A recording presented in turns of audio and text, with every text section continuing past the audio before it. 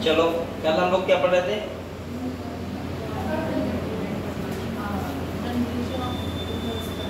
अच्छा, conduction of nerve impulse ना। तो आप लोगों ने स्टडी किया था कल तो उससे पहले का आप लोग तक पढ़ लो और हम लोग फिर से स्टार्ट करेंगे वहीं से, और आज हम लोग कंप्लीट पढ़ लेंगे, ठीक है?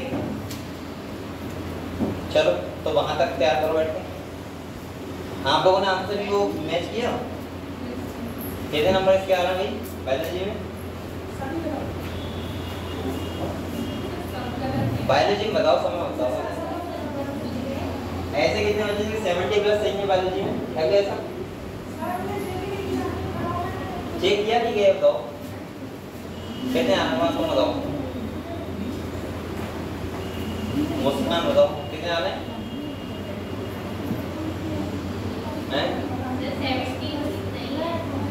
तुम्हारे 70 सही है?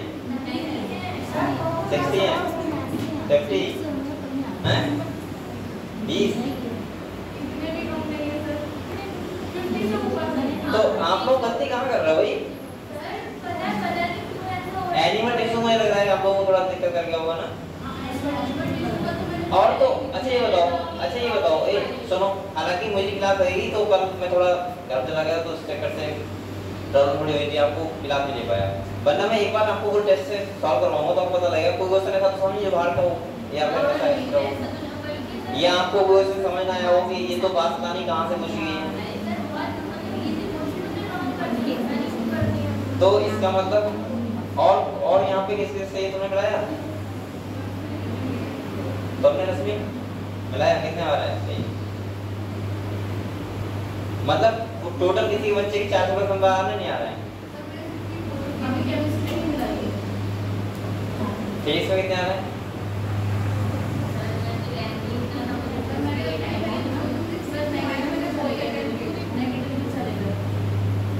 नेगेटिव में फिजिक्स?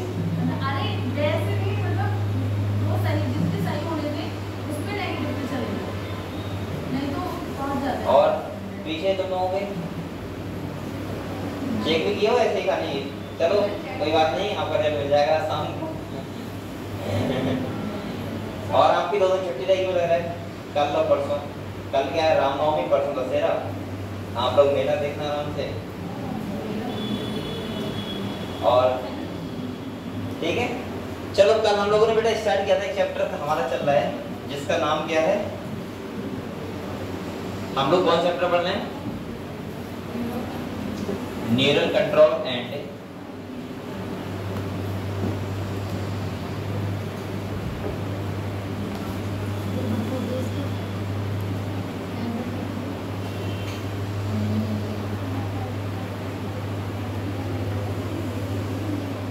हम लोगों ने न्यूरॉन के बारे में पढ़ा, मैंने आपको टाइप ऑफ न्यूरॉन भी बताया। उसके बाद हम लोगों ने ये पढ़ा कि नर्वस सिस्टम कितने पार्ट में डिवाइड किया है, ये हम लोगों ने पढ़ लिया। हम लोग जो टॉपिक आज पढ़ेंगे बेसिकली जो हम फोकस करेंगे वो पढ़ेंगे इम्पल्स ट्रांसमिशन पे, ठीक है। मैंने आपको हालांकि कल कुछ चीज़ें बताई थी, जो आपको पता हो तो आप क्वेश्चन कर दोगे। जो किताब में लिखा हुआ है वो आप लोग मत देखना, मैं गारंटी से कह रहा हूँ कि आपका क्वेश्चन हो जाएगा 100%, अगर आपने जो चीज़ें याद कर ली वो। तो मैंने कल आपको कुछ बातें बताई थी। मैंने कहा था जब इम्पल्स ट्रांसमिशन होता है तो उस टाइम पे सोडियम पोटेशियम आयन का क्या होता है? एक्सचेंजमेंट। मैं किसके थ्रू? एक्सोलेमा। एक्सोलेमा क्या होता है बेटा?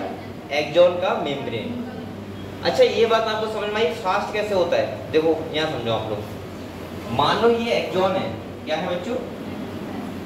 ये एक्सोन है और इस पे है माइलिन शीथ, क्या है? ऐसे माइलिन शीथ है, हाँ। और अगर ये माइलिन शीथ है इस पे, तो मैंने कहा था ये कैसे वर्क करती है? As like insulator. किस तरह वर्क करती है? आपको आम ये जानते हो इंसुलेटर क्या होते हैं? बताओ। जिससे करंट पास ना हो, भाई लकड़ी ये है, ये किसकी तरह वर्क करती है, इंसुलेटर की तरह। अब दूसरा क्या है, अगर आप लोग बताओ यहाँ से अगर इतने जगह से अगर आयंस का एक्सचेंजमेंट नहीं होगा तो इसका मतलब होगा ना, तो मैंने कहा था यहाँ होगा नोड ऑफ रेनवियर वाली जगह पे, ठीक है। और अगर नोड ऑफ रेनवियर वाली जगह पे होगा तो आप लोग बताओ क्या ये कूद के नहीं होगा, यहाँ फिर यहाँ फिर यहाँ, तो आप लोग बताओ फास्ट नहीं होगा क्या, क्या होगा। तो हमेशा ध्यान रखना, अगर आपसे कोई कहे तो आप बोल सकते हो कि माइलिन शीथ अगर है एक्सॉन पे तो वो क्या करती है, इम्पल्स ट्रांसमिशन को फास्ट करती है, ठीक है, रैपिड मूवमेंट, क्लियर हुआ। और इसको हम लोग बोलते हैं जंपिंग मूवमेंट, क्या बोलते हैं, जंपिंग मूवमेंट इसको।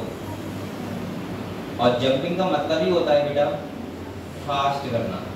और आप लोग ये समझ सकते हो कि कितना फास्ट होता है, यहाँ कोई टच किया तुरंत पता लग गया, इसका मतलब यहाँ पे जंपिंग मूवमेंट होता है।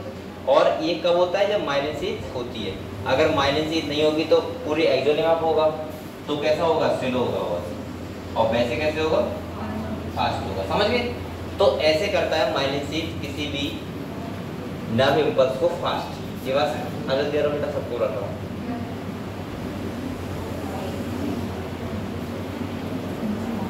बच्चे क्या कर रहे हैं बाहर, कितनी देर में मिलाते हैं, आ जाओ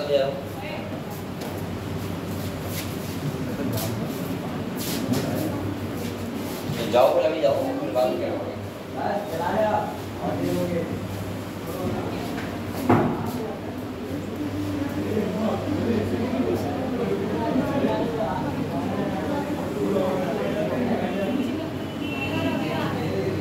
बाहर बच्चे बैठे हैं, जल्दी वीडियो करने जाओ बेटा, बाहर करना जल्दी आप।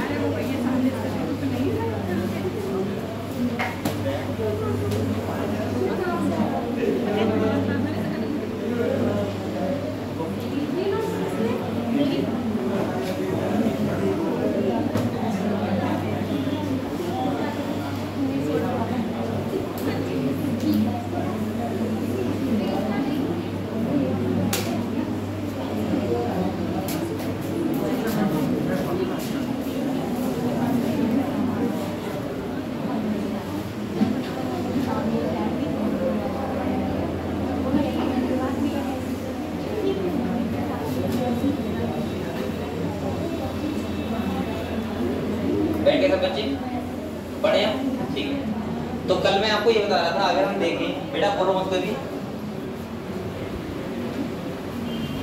अगर हम ये देखें, मैंने कहा था अगर हम पढ़ना है हमें कंडक्शन ऑफ नर्व इम्पल्स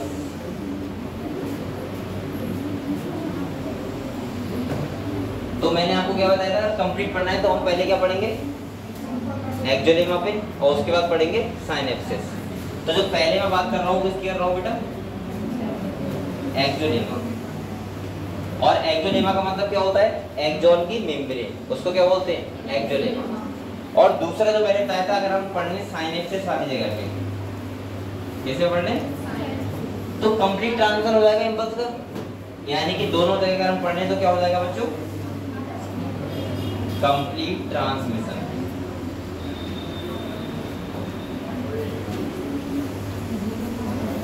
अब बेटा एक बात सुनो, आपको जल्दी आप बोलो मत कोई भी।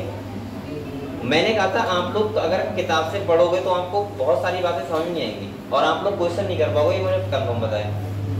इसका मतलब मैं आपको कंडीशन लिखवा दे रहा हूँ, कहाँ पे कौन सी कंडीशन होनी चाहिए। कल मैंने आपको ये बताया था, मैंने कहा था बच्चों एक होता है तुम्हारा कौन सा फेज, पोलराइजेशन। कौन सा होता है, मैंने कहा था एक होता है पोलराइजेशन फेज, और बेटा पोलराइजेशन फेज को दूसरे नाम से क्या बोलते हैं, रेस्टिंग फेज। क्योंकि ये बच्चों को बहुत करने लगता है इस चैप्टर में कि इम्पल्स ट्रांसफर होता कैसे है। एक्चुअली बच्चे क्वेश्चन गलत कर देते हैं, कितना भी सरल पूछा जाए लेकिन फिर भी गलत हो जाएगा उनसे। इसीलिए मैंने जो टुकड़ों में डिवाइड कर लिया है, आप लोग बस वो जो पार्ट है, जैसे मैं अगर बताऊंगा कंडीशन ध्यान रखना है आपको, पोलराइजेशन, तो आप लोग पोलराइजेशन कंडीशन याद रखो, बात खत्म। ऐसे ही आप लोग डीपोलराइजेशन रखना, ऐसे रखना रीपोलराइजेशन, बस क्वेश्चन हो जाएगा आपसे कि कितना भी कठिन क्वेश्चन पूछेगा वो, वैसे आप लोग भूल जाओगे। हालांकि मैं याद करवाने की कोशिश करूंगा। अभी मैंने कहा था पहले होता है पोलराइजेशन फेज, इसे बोलते हैं रेस्टिंग फेज। रेस्टिंग फेज का मतलब होता है जब कोई इंपल्स ट्रांसमिशन ना हो रही हो, तो उसको बोलते हैं हम लोग। सेकंड मैंने बताया था बेटा आपको डीपोलराइजेशन, क्या बताया था? डीपोलराइजेशन, और इसका मतलब मैंने बताया था एक्शन फेज। क्या होता है ये? एक्शन फेज वो फेज होता है इसमें इंपल्स ट्रांसमिशन होती है। और रीपोलराइजेशन, आप लोग बताओ बेटा, अगर कोई डीपोलराइजेशन स्टेज में है तो इंपल्स ट्रांसमिशन हो रही है, लेकिन उसे दोबारा पोलराइज में लाने के लिए हमें क्या करना पड़ेगा? रीपोलराइजेशन, क्योंकि दोबारा से फिर से वही कंडीशन लानी पड़ेगी ना, तभी तो कोई चीज रिलैक्स स्टेट में आएगी, यानी कि रेस्टिंग फेज में आएगा वो चीज।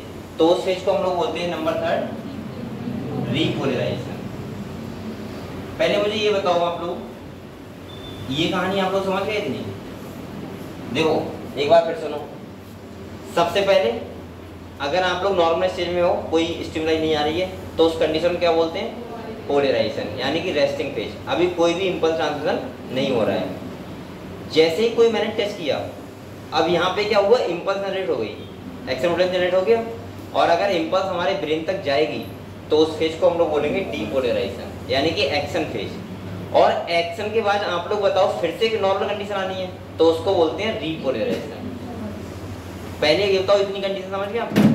क्लियर हुआ था ना? अब मैं आपको डायरेक्ट मैं बता रहा हूँ कंडीशंस के बारे में कि कौन सी कंडीशन में क्या होता है, वो आपको ध्यान रखना है खाली, ठीक है? तो सबसे पहले अच्छा ये बताओ आप लोग बेटा, आपको ये एक चीज बता दूं मैं, पहले सुन लो।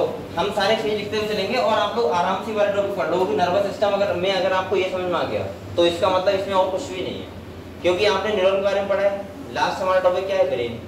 इसका सिलेबस बहुत ज़्यादा रीड कर दिया है, जैसे आँख के बारे में, कान के बारे में, रिफ्लेक्स एक्शन के बारे में सब रीड कर दिया है, लेकिन मैं समझाऊंगा वो भी थोड़ा, लेकिन आप लोग मेन फोकस करो इस पर, ठीक है? यहाँ से क्वेश्चन गलत होता ही होता है बच्चों से। तो मैंने ये बोला पहले होगा पोलराइजेशन नॉर्मल स्टेज, इसके बाद डीपोलराइजेशन, इसके बाद दूसरी बात आप लोग ये सुनो बच्चों, आपको ये पता है जैसे मैंने कहा ये एक्सोलेमा है, क्या है? ये एक्सोलेमा है। एक्सोलेमा का मतलब क्या है?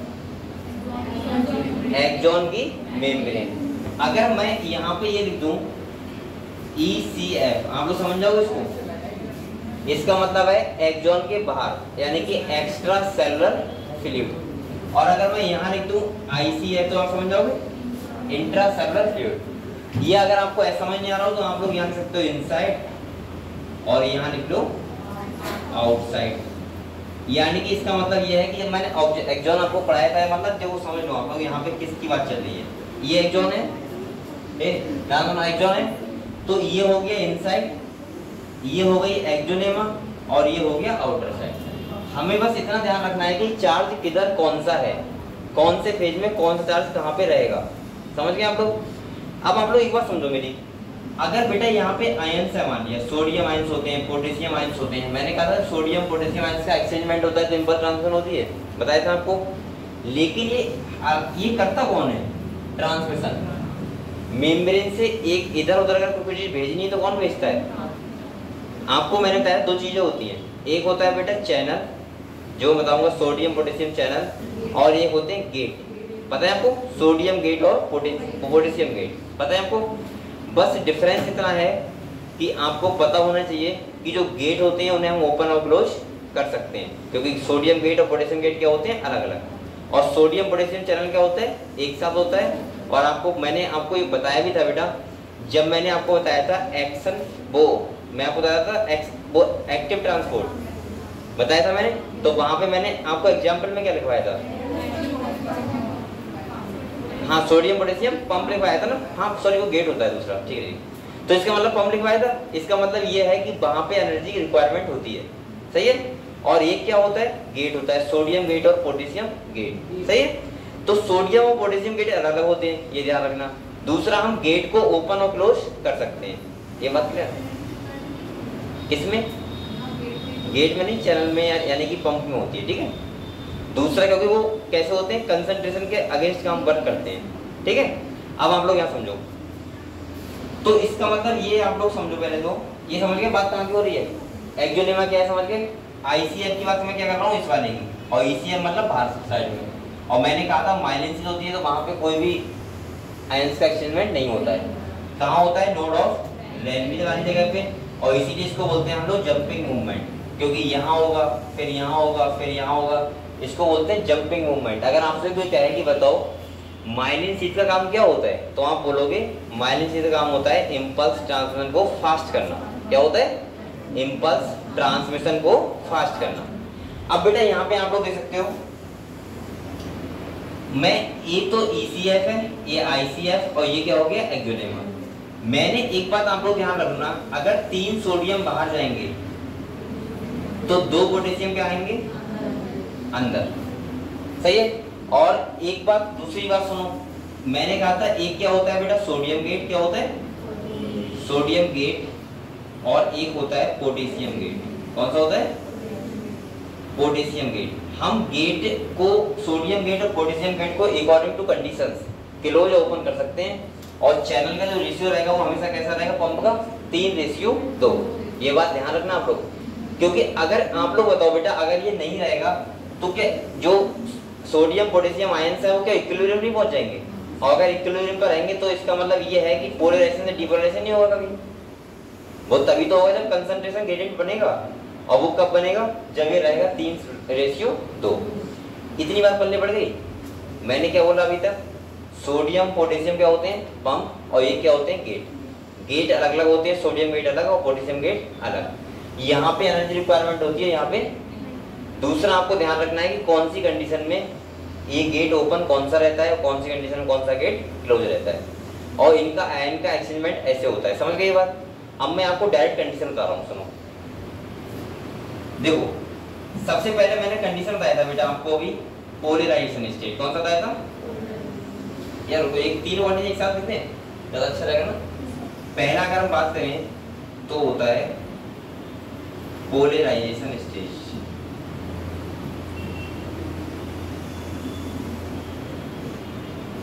इसको दूसरे नाम से क्या बोलते हैं,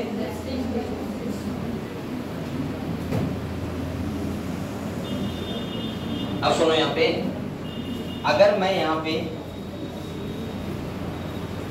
ये बताओ क्या है एक्सोलेमा, क्या है एक्सोलेमा है, यानी मैं लिख दे रहा हूँ यहाँ पे एक्सोलेमा, और ये क्या हो जाएगा ICF, और ये हो जाएगा ECF। ECF मतलब आउटर साइड, और ये हो जाएगा इंट्रासेलुलर फ्लूइड। सिंपल सी आपको ध्यान रखना है, हमेशा अगर ये रेस्टिंग फेज है, कैसा फेज है, तो जो अंदर होगा बेटा वो कौन चार्ज होगा, नेगेटिव, और बाहर कौन सा होगा। पहली बात तो हमको ध्यान रखना है कि आउटर साइड में पॉजिटिवली चार्ज होगा और इनर साइड में क्या होगा, नेगेटिवली चार्ज। दूसरा आप लोग एक कंडीशन याद रखना कि जो आउटर साइड होती है उधर सोडियम आयंस ज्यादा होंगे और पोटेशियम आयन क्या होंगे, कम, और जो इधर साइड होगी इसमें पोटेशियम आयन ज्यादा होंगे और सोडियम आयंस। क्या आप लोग इतनी बात नहीं कर सकते हो, जब भी क्वेश्चन आएगा डायरेक्ट करके क्वेश्चन आएगा कि बताओ रेस्टिंग फेज का या पोलराइजेशन फेज का कंडीशन बताओ क्या होता है। कोई सा क्वेश्चन आया दुनिया का आप लोग सारे से कर सकते हो, बस आप लोग कुछ बातें याद रख लेना, ठीक है। तो पहले बताओ आप लोग ये कंडीशन समझ गए, ये क्लियर है। दूसरा मैंने आप लोगों को ये बताया था, एक मिनट को, दूसरा मैंने कहा था 3 सोडियम अगर बाहर गए हैं तो इसका मतलब 2 पोटेशियम क्या आए होंगे। इतना आप लोगों को क्लियर है। ये फेज तुम्हारा होता है पोलराइजेशन फेज, यानी कि रेस्टिंग फेज। इस टाइम पे अगर ऐसा चार्ज है तो कोई भी हमारी इम्पल्स ट्रांसफर नहीं हो रही है अभी तक, और ये ऐसा नॉर्मल कंडीशन में है, ठीक है। अब इसके बाद आप लोग बताओ बच्चों क्या होगा, इसके बाद होगा अगर हम बात करें डीपोलराइजेशन, क्या होगा, तो दूसरा जो फेज आपके आएगा वो आएगा डीपोलराइजेशन। और इसको मैंने क्या बताया था, एक्शन फेज का मतलब है अब आपकी इम्पल्स ट्रांसमिशन होगी, मतलब मैंने कोई एक होता है थ्रेशोल्ड वैल्यू, वो होता है तुम्हारा -55 मिलीवोल्ट होता है, उसका अगर हम कोई एक्शन वोल्टेज जनरेट कर रहे हैं तो वो क्या होगा, ट्रांसफर होगा इम्पल्स, ठीक है। अब देखो इसका कंडीशन क्या है वो सुन लो बेटा। यहाँ पे एक्शन फेज का सिंपल सा मतलब आप लोग याद रखना, ये तुम्हारा हो जाएगा एक्सोलेमा,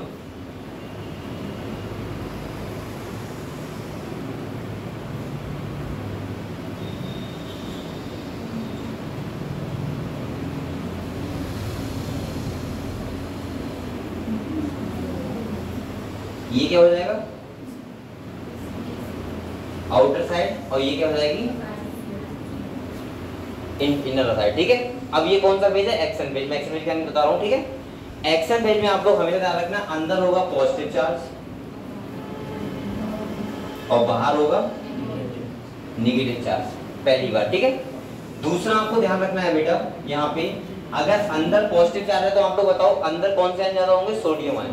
कौन से होंगे, तो आप ध्यान रखना अंदर होंगे सोडियम आयन ज्यादा, पोटेशियम आयन कम, और बाहर होंगे पोटेशियम आयन ज्यादा, सोडियम आयन। ये बात समझ में आई, समझ में आई। और दूसरा बेटा यहाँ पे एक गेट ओपन होगा जिसे हम लोग क्या बोलेंगे, सोडियम गेट। ये क्या रहेगा, ओपन। इतना क्लियर समझ जाओगे आप लोग। और जब ये ओपन रहेगा तो कंसंट्रेशन चेंज हो गई नहीं हो गई, और ये होता है तुम्हारा डीपोलराइजेशन फेज। ठीक है, अब आप लोग बताओ अगर मैं डीपोलराइजेशन की बात करूंगा तो इसका मतलब क्या करूंगा, पॉजिटिव को बाहर भेजूंगा और नेगेटिव को अंदर लेके आऊंगा। तो इसका मतलब थर्ड जो फेज होता है वो कौन सा होता है बेटा, इसके बाद थर्ड जो फेज होता है वो होता है रीपोलराइजेशन। यानी तो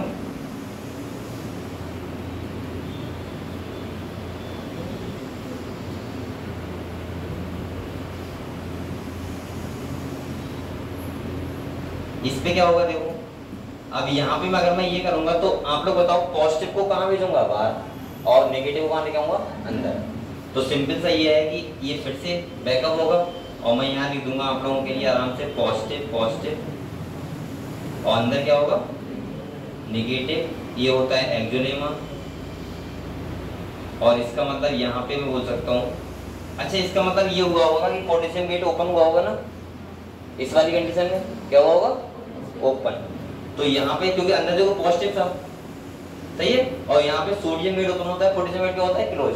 अब पोटेशियम गेट ओपन रहेगा और सोडियम गेट क्या रहेगा, क्लोज। तो यहाँ पे मैं बोल सकता हूँ कि पोटेशियम गेट, हाँ ठीक है,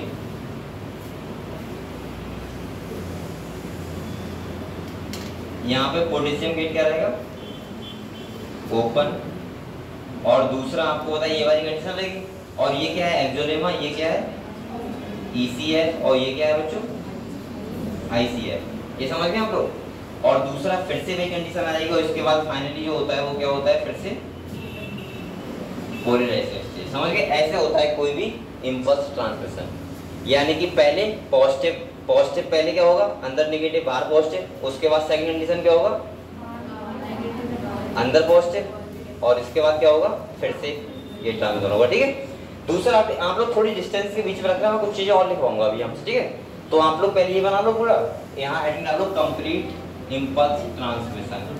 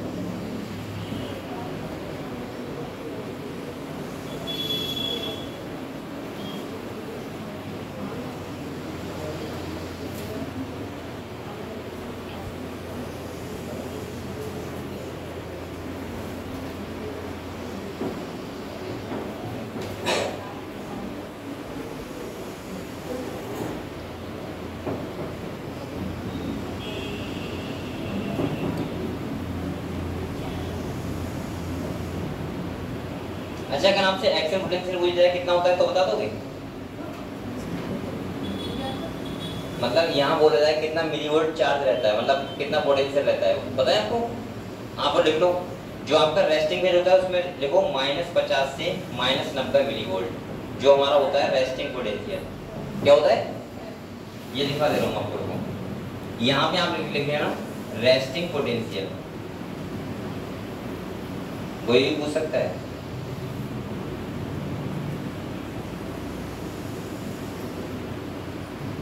कितना बताया था मैंने?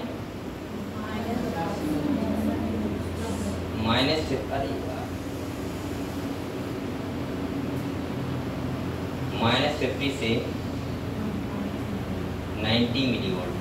और जो डीपोलराइजेशन वाला जो एक्शन पोटेंशियल होता है वो कितना होता है? कितना? +30। ऐसे मत बोलो हैं, रेंज बता दे रहा हूँ मैं। इसमें लिखा है +20 से 60 मिलीवोल्ट, सही है? ऐसे लिख रहा हूँ आप लोग।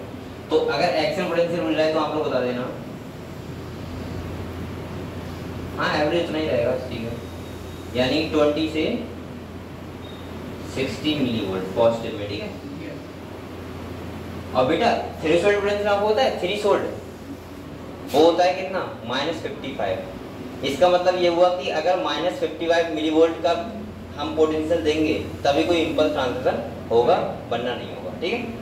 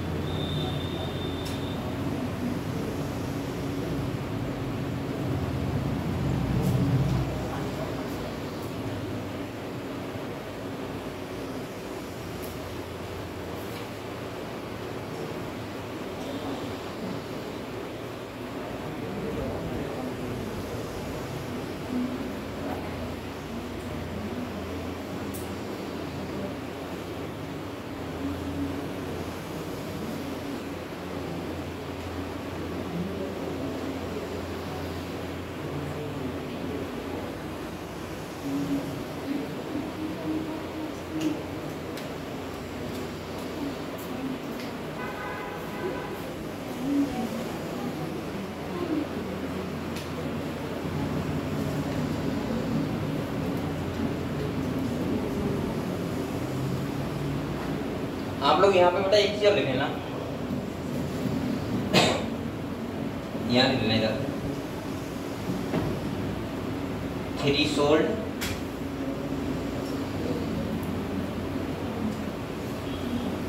पोटेंशियल, ठीक है। ये वो आपसे पूछ सकता है।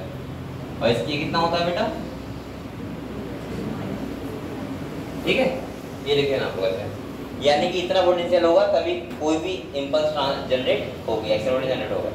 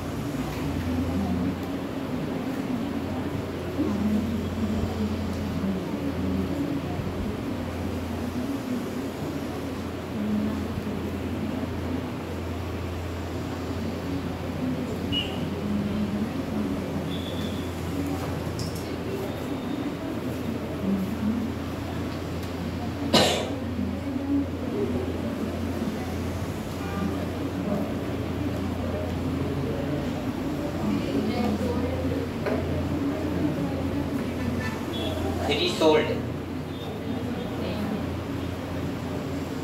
अभी आप लोग लिख लो, एक बार क्वेश्चन बता दूंगा।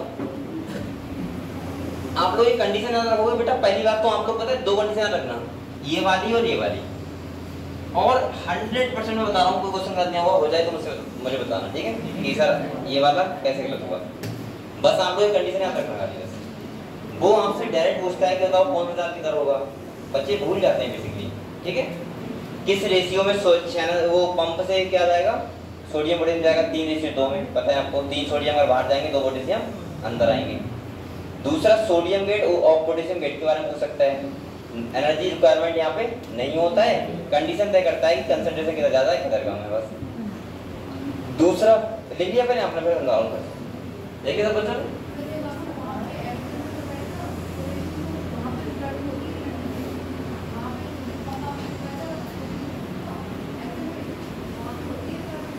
एनर्जी हाँ तो यहाँ भी तो हो रही है, गेट में नहीं होती, पंप में होती है, गेट में नहीं होती है, ठीक है। यहाँ पर लिख लो सोडियम पोटेशियम पंप अगर है तो एनर्जी रिक्वायरमेंट होगी, अगर गेट लिखा है तो एनर्जी रिक्वायरमेंट नहीं। कहाँ? हाँ तो गेट यहाँ पे ओपन रहेगा ना, हाँ तो नहीं होगी, तो मैं क्या कह रहा हूँ, अरे मैं लिख के बोल दे रहा हूँ उनको। अगर पंप है तो सोडियम पोटेशियम पंप भी तो होगा, तो यहाँ एनर्जी रिक्वायरमेंट होगी। अब तो सही है, लिख लो, तो यहाँ पे लिख लो। और अगर गेट है तो एनर्जी रिक्वायरमेंट नहीं होगी, बस ये तो बोल रहा हूँ मैं। लेकिन ध्यान रखना सोडियम पोटेशियम गेट अलग अलग होते हैं, सोडियम गेट अलग, पोटेशियम गेट अलग। जब मैंने आपको ध्यान होगा, जब मैं पढ़ा रहा था सेल मेम्ब्रेन, तो मैंने वहां बताया था एक्टिव ट्रांसपोर्ट का एग्जांपल, तो क्या बताया था आपको, सोडियम पोटेशियम पंप लिखवाया था। और मैंने कहा था वहां एनर्जी रिक्वायरमेंट होती है।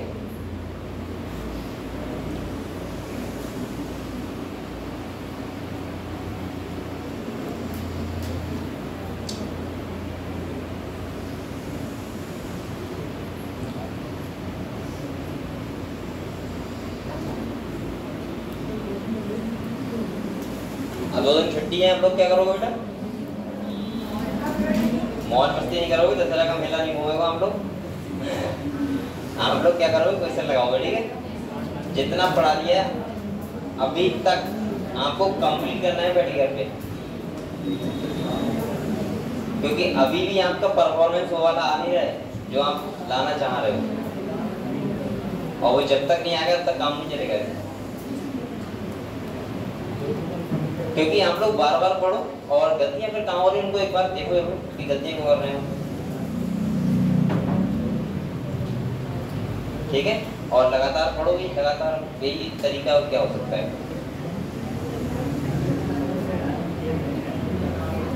चलो समझाऊंगे एक बार फिर से, लिख लिया बच्चों ने, लिख लिया सबने। चलो यहाँ देखो मैं क्या कह रहा हूँ, सुनो। अब बोलो मत।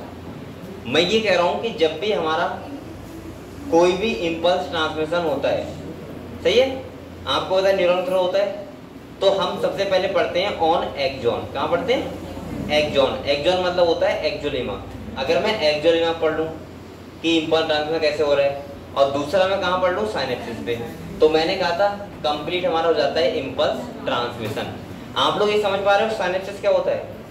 मैंने कहा था जहाँ दो न्यूरॉन का क्या होता है, ज्वाइंट होता है, वहां पे होता है साइनेप्सिस, उसको बोलते हैं। दूसरा मैंने कहा था एक्सॉन पे हम लोग क्यों पढ़ते हैं, क्योंकि एक्सॉन वाले एक्सोलेमा पे होता है, क्या होता है, सोडियम पोटेशियम का एक्सचेंजमेंट। अब दूसरा सुनो, मैंने आप लोगों को बताया था कि सबसे पहले अगर हम एक्सोलेमा की बात करेंगे तो आपको एक ही बात ध्यान रखना है, खाली 3 कंडीशंस होती हैं। पहला पोलराइजेशन कंडीशन, दूसरा डीपोलराइजेशन और तीसरा रीपोलराइजेशन।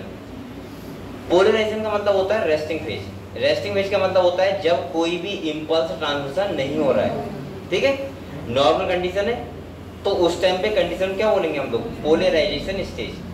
मैंने कहा था आप लोग ज्यादा याद ना करो तो पोलराइजेशन और डीपोलराइजेशन की कंडीशन याद कर लेना उसका नहीं, यानी कि कौन सा रेस्टिंग फेज में क्या कंडीशन होती है और एक्शन फेज में क्या कंडीशन होती है। तो मैंने सिंपल भाषा में आपको ये बताया है। आप लोग देखो एक तरीका बता रहा हूँ याद करने का, अगर आप वैसे करना चाहो तो। आप लोग बताओ रेस्टिंग का मतलब क्या होता है, कि कोई भी इंपल्स ट्रांसमिशन नहीं हो रहा है, और ऐसे मान के चलो कोई भी आदमी की तरक्की कब नहीं होती है, जब उसके अंदर बहुत नेगेटिविटी भरी हो। तो इसका मतलब अंदर क्या है, नेगेटिव चार्ज, और बाहर क्या होगा, पॉजिटिव चार्ज। ठीक है। और एक्शन फेज का मतलब क्या होता है, इम्पल्स ट्रांसमिशन होना, यानी कि उसकी तरक्की स्टार्ट हो गई। और तरक्की स्टार्ट कब होगी, जब अंदर पॉजिटिविटी आएगी। और पॉजिटिविटी कब आएगी, यानी कि अंदर पॉजिटिव चार्ज होगा। बस हो गया। तो अब आप लोग बताओ, सबको याद हो गया। एक वे, अगर रेस्टिंग फेज तो अंदर नेगेटिव चार्ज, और अगर अंदर नेगेटिव चार्ज तो अंदर पोटेशियम आयन ज्यादा। ये भी ध्यान रखना, जिधर पॉजिटिव चार्ज होगा उधर सोडियम आयन क्या होंगे, हमेशा ज्यादा होंगे, क्योंकि रेशियो रहता है 3:2। बस बात खत्म। अब देखो, रेस्टिंग फेज तो अंदर नेगेटिव चार्ज और बाहर पॉजिटिव चार्ज। जब एक्शन फेज तो अंदर पॉजिटिव चार्ज और बाहर नेगेटिव चार्ज। एक्शन फेज में अंदर सोडियम आयन ज्यादा, पोटेशियम आयन कम। रेस्टिंग फेज में अंदर पोटेशियम आयन ज्यादा, सोडियम आयन कम। बस, और क्या करना है आपको, रीपोलराइजेशन फिर से वेस्टेज आ जाएगी, बात खत्म हो गया। बस अगर आपको ऐसा है तो आप लोग क्वेश्चन लगाना ना, घर पे सारे क्वेश्चन हो जाएंगे। और अगर ना हो तो मुझे इस टॉपिक के जरूर व्हाट्सअप करना, जिससे मैं देख लूँ कि अगर अभी भी बच्चे कहाँ पे थोड़ा सा छूट रहे हैं, कि अभी कर नहीं पा रहे हैं। क्योंकि मैंने अधिकतर देखा है बच्चों को, 90% बच्चों को देखा है, क्योंकि मैं तैयारी की थी, मैं भी नहीं कर पाता था। मुझे ध्यान नहीं रहता कि पॉजिटिव चार्ज किधर होगा, नेगेटिव चार्ज किधर होगा, और क्वेश्चन गलत ही जाता था हमेशा। तो लगभग मैंने सोचा कुछ अलग तरीके से पढ़ाऊँ, क्योंकि किताब में तो डायग्राम, वो डायग्राम बना दिया उन्होंने, पता नहीं क्या, और जरा सा उनने एक टॉपिक में लिख दिया है, तो वो आपको पढ़ने नहीं पड़ेगा, मुझे पता है साहब। तो आप लोग ये कंडीशन याद रखना बस खाली, ठीक है। क्लियर हुआ? बताओ एक बार फिर सुन लो। सोडियम गेट पोटेशियम गेट में एनर्जी रिक्वायरमेंट नहीं होती है, और सोडियम पोटेशियम पंप में होती है, ठीक है, पंप में होती है, गेट में। हाँ, दूसरा ये है कि हम सोडियम और पोटेशियम गेट को अलग अलग होते हैं, और वो एक ही होता है। हाँ, और गेट क्या होते हैं, अलग अलग होते हैं। और दूसरा, गेट को हम ओपन और क्लोज कर सकते हैं अकॉर्डिंग टू कंडीशन, ठीक है। हो गया क्लियर बच्चों? ठीक है। तो अब आप लोग बताओ, आपको यहाँ पे प्रॉब्लम है किसी को? सही है, सर अगले बढ़े, ठीक है। तो हम लोग किताब में देखते हैं क्या लिखा हुआ है, ठीक है। एक बार चलो लिख लेगा ना सामने, ठीक। अब यहाँ पे ऐसी बातें लिखी जो आपको समझ नहीं आएगी क्या लिखा हुआ है। उन्होंने पूरा पैरा दे दिया है, कुछ समझाया नहीं है।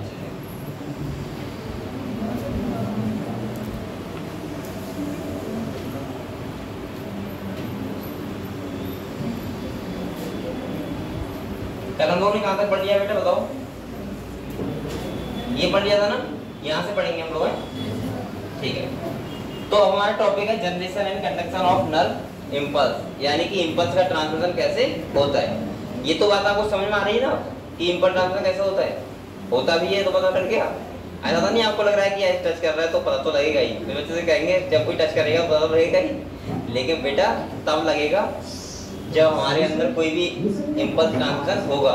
You Google something, you ask ChatGPT, you get 3 different answers, and now you're 20 minutes deep into tabs trying to figure out which one is real. That's not research. और अगर आपको ऐसा लग रहा है कि कैसे हो रहा है, हमें तो दिख नहीं रहा है, तो बेटा आपको यहाँ पे इलेक्ट्रिसिटी जा रही है, दिख रही है क्या? नहीं दिख रही ना, ये तो समझना पड़ता है, जब करंट लगता है तो समझ में आता है हाँ हो रहा है वास्तव में। दूसरा क्या है होता नहीं होता है। और वैसे आपको चल रहा है तो आपको लग रहा है कुछ तो जा रहा है, खैर अगर ये चल ना रहा हो तो आपको कैसा लगता? और आप लोग फिजिक्स पढ़ते हो तो इतना कंफ्यूजन होने की बात ही नहीं है। फिजिक्स में तो अगर तार नहीं है तब भी आपकी आवाज़ पहुँचती है, अब फोन में पहुँचती नहीं है, फोन में तो वायर भी नहीं होता और आवाज़ सेम टू सेम पहुँचती है, ये भी बड़ी बात है ना। अगर आज से 5 साल पहले कोई कहता कि ऐसा कोई डिवाइस होगा कि यहाँ आप लोग बोलोगे वहाँ सुन लेगा, कोई मानता कि ये बात नहीं मानता। तो ऐसे हमारी बॉडी में क्या होता है, इम्पल्स ट्रांसमिशन होता है, ठीक है। चलो पढ़ते हैं बेटा, बोलो मत आप लोग।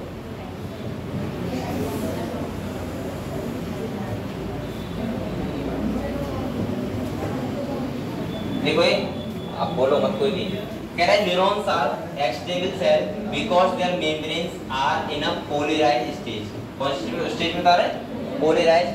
कह रहा है do you know why the membrane of neuron is polarised? Different type of ion channels and are present on the neural membrane. Neural membrane का मतलब एक्सोलेमा। तो एक्सोलेमा में बहुत सारे टाइप क्या होते हैं, चैनल्स होते हैं। कह रहा है these ion channels are selectively permeable. बेटा सेलेक्टिवली का मतलब मैंने क्या बताया था? मैंने कहा था मेम्ब्रेन 3 टाइप की होती है, परमेबल, इम्परमेबल, सेलेक्टिवली परमेबल। अगर परमेबल है तो कोई भी चीज जा सकती है उधर, अगर इम्परमेबल है तो कोई नहीं जाएगा, और सेलेक्टिवली है तो सेलेक्टिवली जाएंगी, कुछ चीजें जाएंगी कुछ चीजें नहीं जाएंगी। अगले कह रहा है बेटा when a neuron is not conducting any impulse, बोलो आपको बेटा, तो उस चीज को हम क्या बोलते हैं, रेस्टिंग। यानी कि सिंपल भाषा में वो कह रहा है अगर कोई भी इम्पल्स ट्रांसमिशन नहीं हो रहा है तो उस फेज को क्या बोलेंगे, रेस्टिंग फेज। अब देखो ये क्या कह रहा है, ध्यान सुनो, कह रहा है axonal membrane is comparatively more permeable to potassium ion and nearly impermeable to sodium ions. Similarly अब देखो यहाँ पर सुनो, the membrane is impermeable to negatively charged protein present in the exoplasm। अब आप लोग बताओ बेटा, यहाँ पे लिखा हुआ एक्सोप्लाज्म में कैसे चार्ज होगा, नेगेटिव। मैंने कहा था कब होगा, जब रेस्टिंग फेज होगा। रेस्टिंग फेज का मतलब जब पोलराइज कंडीशन होगी, तो अंदर कौन चार्ज होगा, नेगेटिव। अगले कह रहे हैं the axoplasm inside the axon contain high concentration of potassium. मैंने कहा था अगर अंदर नेगेटिव चल रहा है तो अंदर क्या होगा, पोटेशियम आयन ज्यादा, और बाहर क्या होंगे, सोडियम आयन ज्यादा। साफ साफ लिखवाया है, ठीक है। And negatively charge protein and low concentration of sodium. ये समझ गए आप लोग। इसने क्या बोला, इसने बोला सिंपल भाषा में अगर रेस्टिंग फेज है यानी कि पोलराइज कंडीशन है तो अंदर पोटेशियम आयन ज्यादा होंगे, सोडियम आयन क्या होंगे, कम। कहाँ पे, एक्सोप्लाज्म में। और अंदर नेगेटिवली चार्ज होगा और बाहर कौन सा होगा, पॉजिटिवली चार्ज। बस ये तो कंडीशन मैंने लिखवाई थी, समझ गए ये बात, सही है। चलो अगले देखो, अब बेटा क्या कह रहा है, देखो कह रहा है negatively charge protein and low concentration sodium ion बताया था अभी। In contrast the fluid outside the, अब आउटसाइड बात कर रहा है, कह रहा था axon contain low concentration of potassium. आप लोग बताओ बाहर क्या होगा, उसका उल्टा, पोटेशियम कम होंगे और सोडियम ज्यादा होंगे, तभी तो बाहर पॉजिटिव ज्यादा है, ठीक है। तो अगले कह रहा है देखो concentration sodium in contrast the fluid outside the axon contain low concentration of potassium, a high concentration of sodium and thus form a concentration gradient. जिससे क्या बनता है वहां पे, कंसंट्रेशन ग्रेडियंट। अब देखो इसने क्या क्या बताया है, आप लोग यहाँ देखो, तभी तो लाइनें आपको समझ नहीं आएंगी, आप लोग तभी तो वैसे बता रहा था। देखो एक बार ध्यान से मिला लेना आप लोग, मैंने कहा ये क्या है, एक्सोप्लाज्म। क्या है बच्चों, अभी सबके पास सेट होगी, आराम देख लो एक बार, ठीक है। मैंने कहा बेटा अंदर पोटेशियम क्या होंगे ज्यादा और सोडियम क्या होंगे कम। अंदर होगा नेगेटिव चार्ज और बाहर होगा, तो बताओ बाहर क्या ज्यादा होंगे और सोडियम क्या होगा, वो पोटेशियम क्या होगा कम। ये फेज अगर कंडीशन है उसको क्या बोलते हैं, रेस्टिंग फेज। इसने अभी यही तो बताया है सब पूरा कंडीशन, समझ गए। और ये मैंने आपको वैसे दिखा दिया जिससे आपको अच्छे समझ में आ गया होगा। यहाँ पे लिखा हुआ आपने याद कभी नहीं कर पाते, ठीक है। तो ये कंडीशन समझ गए, ये तो अभी तक बात हुई हमारी इतनी बस खाली। अगले देखो, अब बेटा कह रहा है these ionic gradient across the resting membrane are maintain by the active transport ions by the sodium potassium pump. अब ये कह रहा है एक्टिव, और एक्टिवली अगर जाएगा तो उसका मतलब कैसे काम करेगा, अगेंस्ट कंसंट्रेशन, यानी कि 3:2, सही है। तो कह रहा है सिंपल सा pump which transport 3 sodium outward for 2 potassium क्या होंगे इनटू द सेल। ये क्लियर होगा। कह रहा है पंप होगा, एक्टिवली ट्रांसपोर्ट होगा, 3 सोडियम अगर बाहर जाएंगे 2 पोटेशियम अंदर। और मैंने रेशियो क्या बताया था, 3:2। हो गई बात, ठीक है, ध्यान रखना ये चीज। और ये किसके थ्रू जा रहा है, पंप के थ्रू, और कैसे जा रहा है, एक्टिवली। और अगर एक्टिवली जा रहा है इसका मतलब यहाँ पे क्या होगा, एनर्जी खर्च होगा। समझ गए इतनी बात। चलो अगले बढ़ो। कह रहा है as a result the outer surface of the axonal membrane possess a positive charge while its inner surface. बेटा बोलो मत हमको। अब जो ये डायग्राम बनी हुई यहाँ पे सब वही बताया गया है कि पहले तुम्हारा पॉजिटिव नेगेटिव, फिर पॉजिटिव अंदर नेगेटिव बाहर, सही है। इसके बाद फिर से नेगेटिव अंदर और बाहर पॉजिटिव। और कह रहा है become negatively charge and therefore is a polarised. और इस कंडीशन को हम लोग क्या बोलते हैं, पोलराइज्ड, रेस्टिंग फेज। और कह रहा है electrical potential difference across the resting plasma membrane is called as the resting potential. जो कितना बताया मैंने, -50 से -90, एवरेज आएगा -70। चाहे आप लोग यहाँ पर लिख लो एवरेज -70।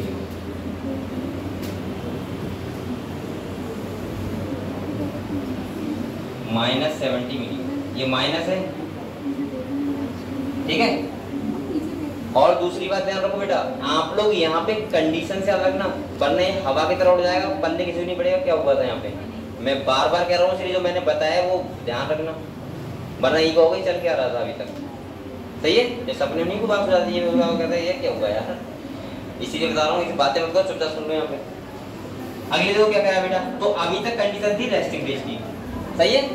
दूसरा सुनो, कह रहे you might be curious to know about the mechanism of generation of nerve impulse and its conduction along an of axon. अब क्या होगा, एक्शन पोटेंशियल जनरेट होगा और इंपल्स हमारा ट्रांसमिट होगा। तो मैंने अब एक बार मैं अपनी कंडीशन बता रहा हूँ, मैंने क्या बताया था, अगर इंपल्स ट्रांसमिशन होगा उसको क्या बोलते हैं, डीपोलराइज। दूसरा मैंने कहा था अंदर क्या होंगे, सोडियम आयन ज्यादा पोटेशियम आयन कम, बाहर पोटेशियम आयन ज्यादा सोडियम आयन कम, अंदर होगा पॉजिटिव चार्ज और बाहर होगा, बस देखो ये लिखा हुआ है कुछ। कह रहे and its conduction along an axon when a stimulus is applied at a site. अब ये पॉइंट ए कह रहा है, तो उन्होंने अपना डायग्राम बनाया ए बी करके, वो बता रहा है, लेकिन बाकी बता रहा है। कह रहे on the polarised membrane the membrane at the site A become freely permeable to sodium ions. This lead to a rapid influx of sodium followed by the reversal of the polarity at that site। यानी polarity क्या होगी, change होगी ना, जब sodium अंदर आएंगे तो। और बेटा कह रहा है अगले, the outer surface of the membrane become कैसा हो जाएगा बताओ, ये तो बार बार मैं कह रहा हूँ, आउटर साइड में क्या हो जाएगा नेगेटिव और अंदर क्या हो जाएगा पॉजिटिव। तो कह रहा है and inner side become positively charge. ये कंडीशन कहाँ के बता रहा है, एक्शन पोटेंशियल जनरेट हो रहा है, यानी कि ये बता रहा है डीपोलराइजेशन कंडीशन की, ठीक है। अगले देखो, आपको लग रहा हो पता नहीं क्या चल रहा है ना,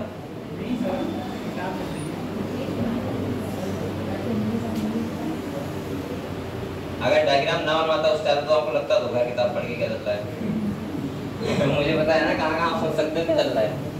यहाँ देखो, तो अभी मैंने क्या बताया, मैं बार बार इसलिए समझा रहा हूँ बेटा, थोड़ा सा टफ टॉपिक है, बच्चों समझ नहीं आता है। अब क्या चल रहा है, कौन सा चार्ज, डीपोलराइज, और डीपोलराइज का मतलब क्या है, अंदर पॉजिटिव और बाहर नेगेटिव।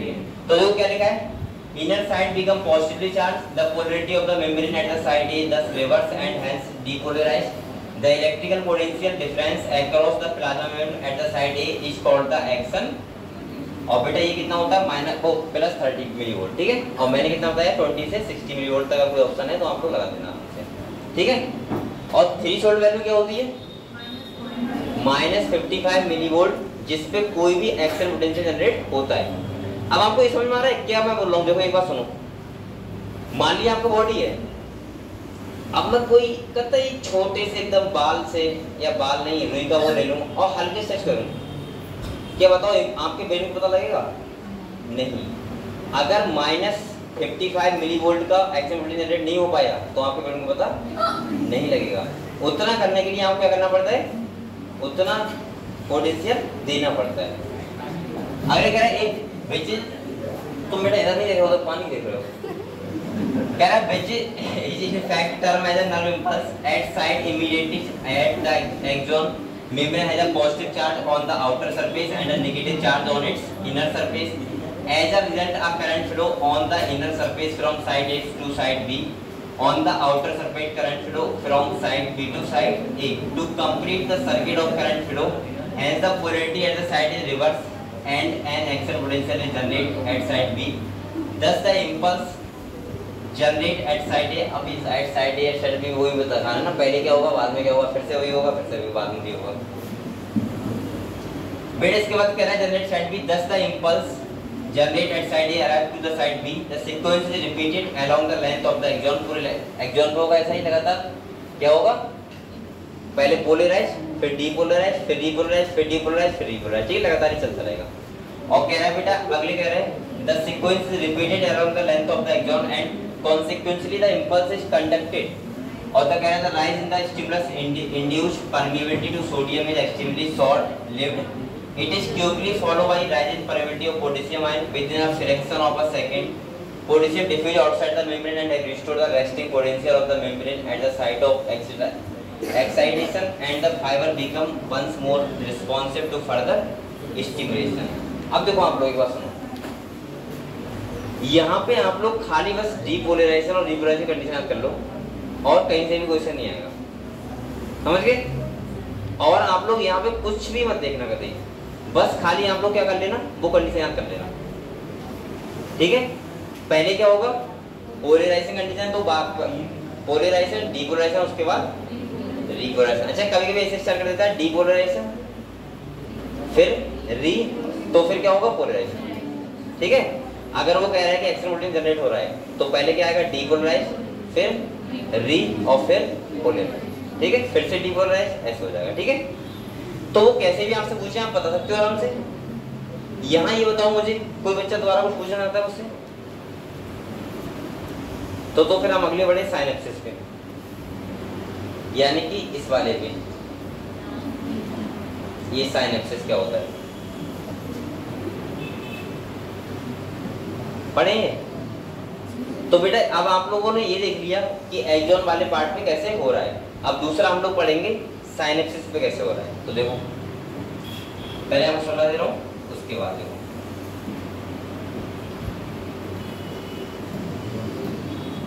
हम लोग अब पढ़ते हैं एक्रॉस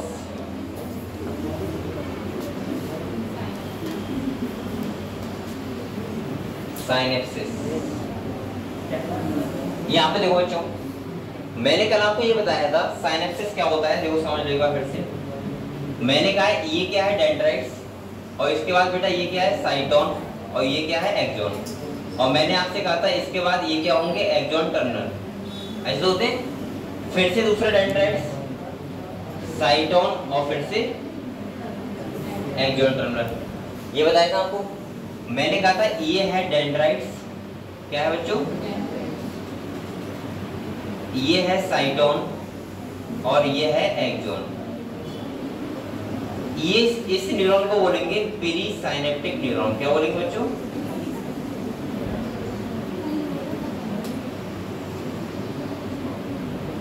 और आप लोग बताओ साइनेप्सिस से बाद वाला हुआ उसको क्या बोलेंगे, पोस्ट साइनेप्टिक न्यूरॉन।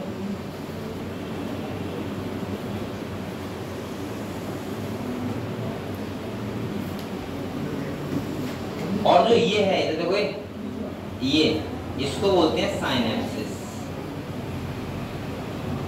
अब यही बात है ना, यहाँ पे ये हम लोगों ने देखो एक्सॉन तक तो पढ़ लिया कि कैसे हो रहा है, लेकिन बेटा यहाँ से यहाँ गैप होता है थोड़ा सा, तो यहाँ से एक्शन पोटेंशियल यहाँ पे ट्रांसफर कैसे होगा वो हम लोगों को पढ़ना है। उसको क्या बोलते हैं साइनेप्सिस, और इस डिस्टेंस को बोलते हैं साइनेप्टिक क्लेफ्ट। क्या बोलते हैं बच्चों, साइनेप्टिक क्लेफ्ट। अगर आप लोग बताओ, अगर ये वाला साइनेप्सिस का पढ़ लोगे तो फिर से एक्सॉन, फिर से साइनेप्सिस, फिर से एक्सॉन, साइनेप्सिस कंप्लीट हो जाएगा। तो ये लिखना किसी को नहीं लिखना, लिख लिया, ठीक है। तो बेटा हम लोग साइनेप्सिस को समझते हैं। पहले तो आप लोग ये समझो कि जो साइनेप्सिस होता है वो दो टाइप से होता है। कितने टाइप का होता है, तो एक होता है तुम्हारा इलेक्ट्रिकल साइनेप्सिस,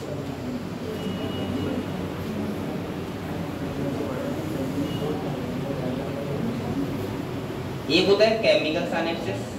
कौन सा होता है, और एक होता है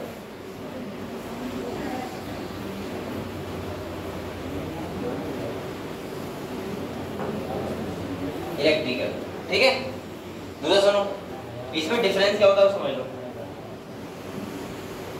देखो ये क्या है, साइनेप्टिक नोब है, क्या है, और ये मान लो आप लोग है डेंड्राइट्स, सही है। और ये क्या है बीच का, साइनेप्टिक क्लेफ्ट, ये है साइनेप्टिक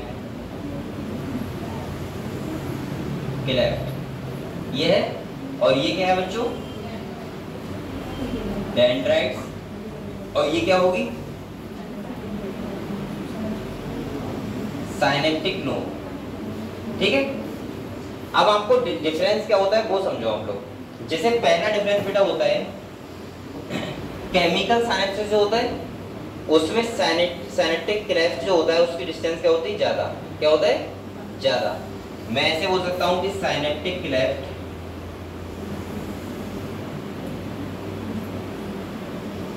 प्रेजेंट, और यहाँ पे क्या होता है एब्सेंट।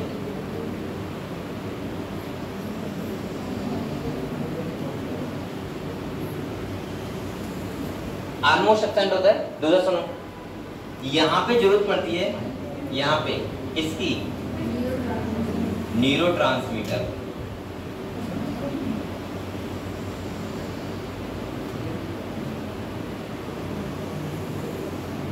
और यहाँ पे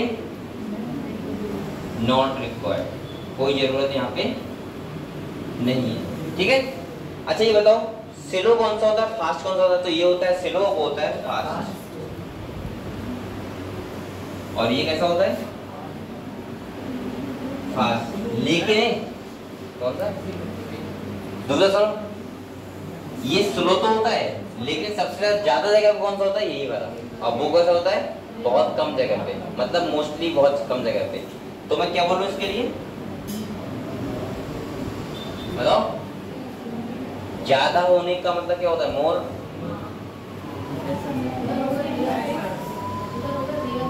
हाँ, और इधर होगा मोर। ठीक है, तो इधर लिख रहा हूं। अब मोर के लिए क्या लिखूंगा? गाली मोर समझ लिखूंगा?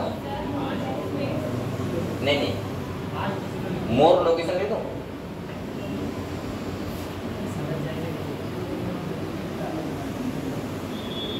More in our system. क्या? More in our system. अरे ऐसे लिख लो ना, अरे रुक जाओ, मोर साइंस से लिख लो। और इधर देखो क्या, चलो इतने डिफरेंस आपको पता होना चाहिए। ठीक है, मतलब नंबर ज्यादा होता है वो क्या होता है? कम। लिख लो, डिफरेंस लिख लो। अगर आपको ये आता है तो बस यहाँ से ये क्वेश्चन हो जाएगा, वो क्वेश्चन नहीं आएगा।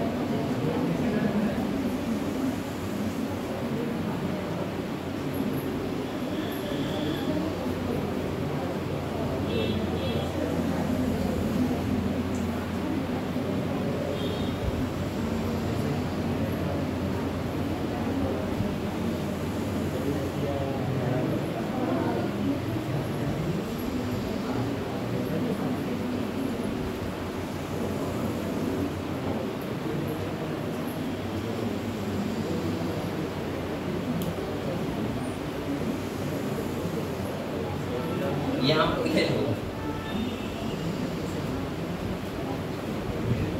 अब ठीक है ना, मोर लोकेशन ज्यादा क्या बोलता है? ठीक है, अरे ठीक है, नहीं किताब पढ़ेंगे वहां सब दिख जाएगा क्या निकाल हुआ है।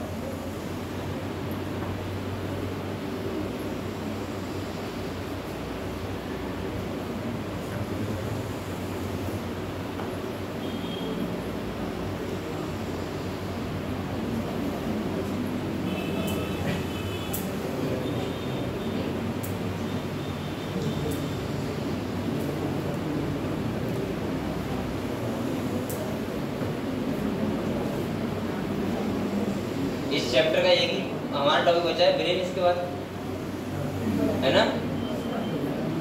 फिर पढ़ेंगे हम लोग एंडोक्राइन सिस्टम यानी कि हार्मोन्स के बारे में।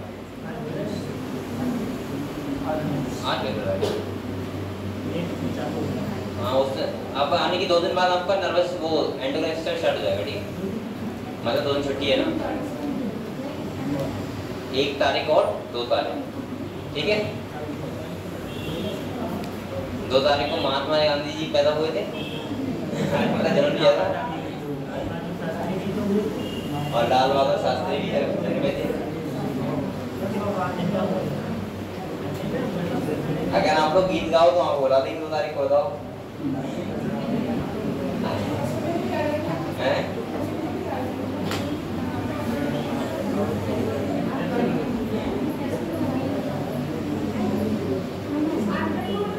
पहले होता नहीं 2 अक्टूबर प्रोग्राम होते थे स्कूलों में, अभी होते हैं तो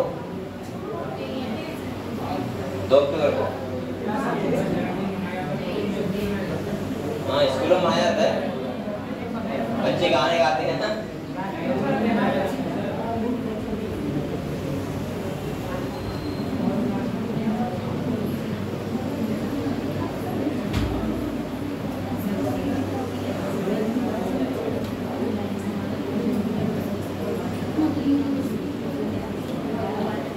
ये लिख लिया हम लोगों ने, चलो पढ़े, ठीक है बेटा। यहाँ देखो आप लोग पढ़ लेते हैं साइनेप्स के बारे में।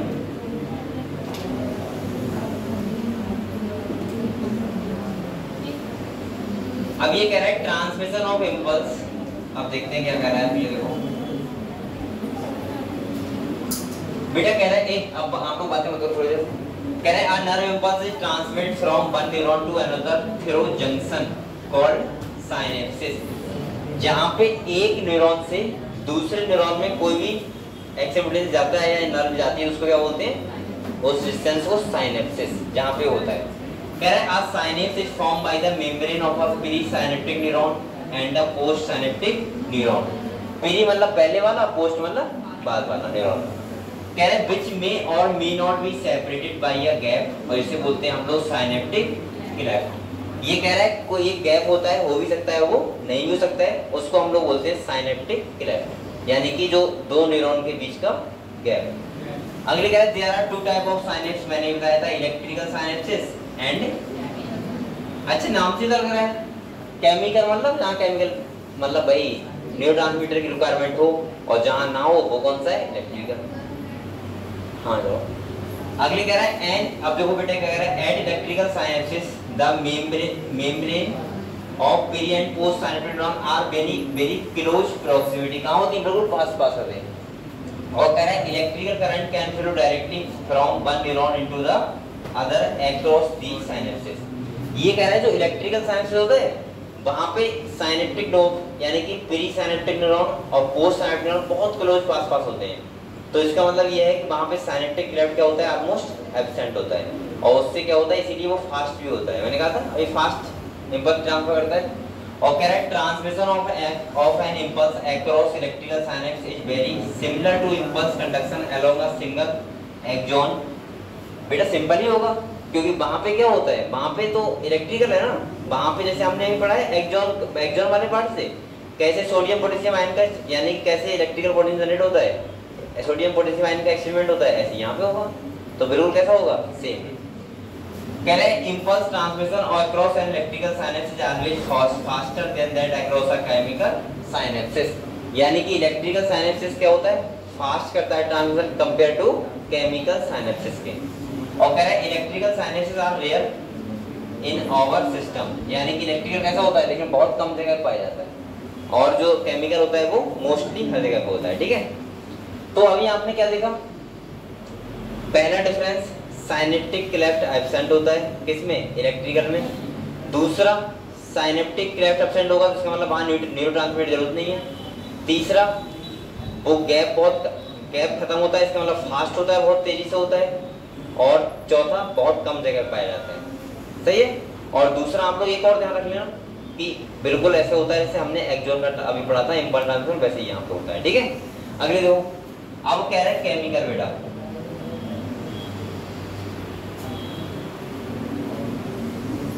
कह रहे at a chemical synapse the membrane of the pre and post synaptic neurons are separated by a fluid filled space, जिसे क्या बोलते हैं?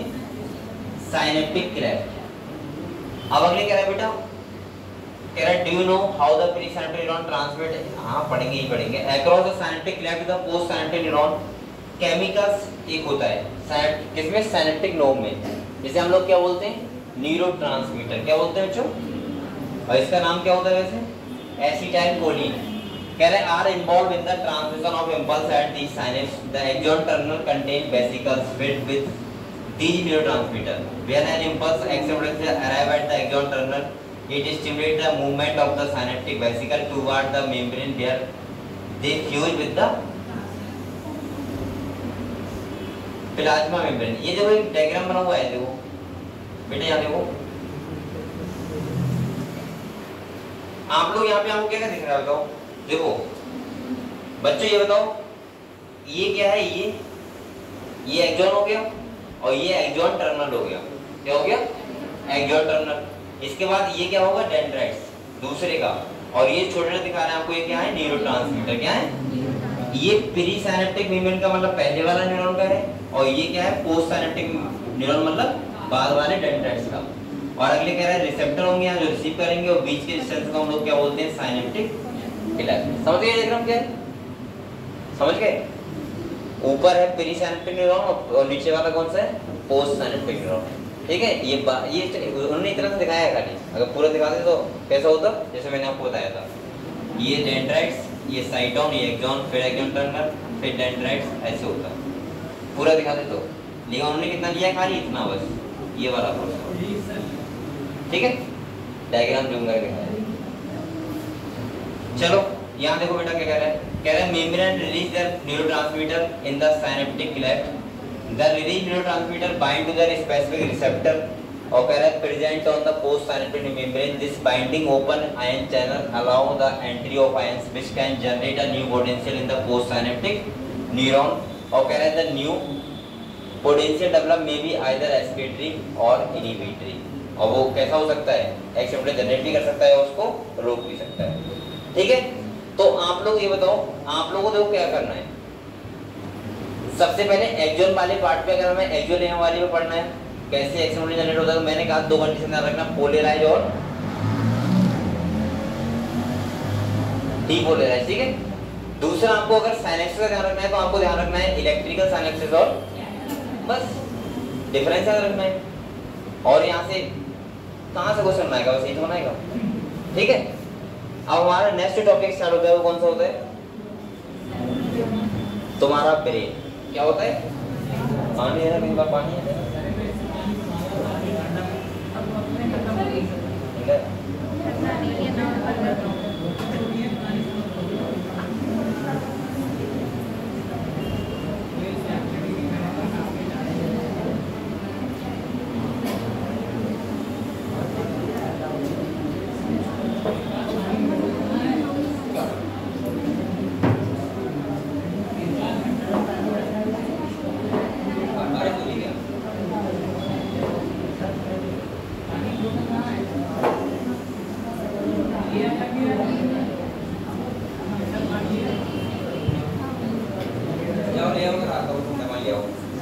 सब मत जाओ बेटा, एक दो बच्चे जाओ खाली। लो, हाँ तुम भी जा रहे हो, तुम क्या करोगे? टंगे बोलोगे?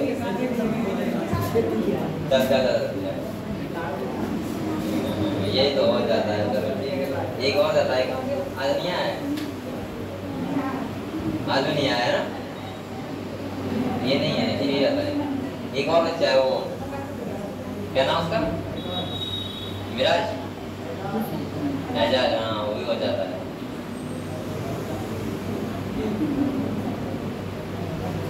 चलो बेटा ये एक बार रिवाइज कर लो, फिर हम लोग पढ़ेंगे ब्रेन के बारे में। ठीक है, और कुछ बातें बताऊंगा आपको ब्रेन के बारे में।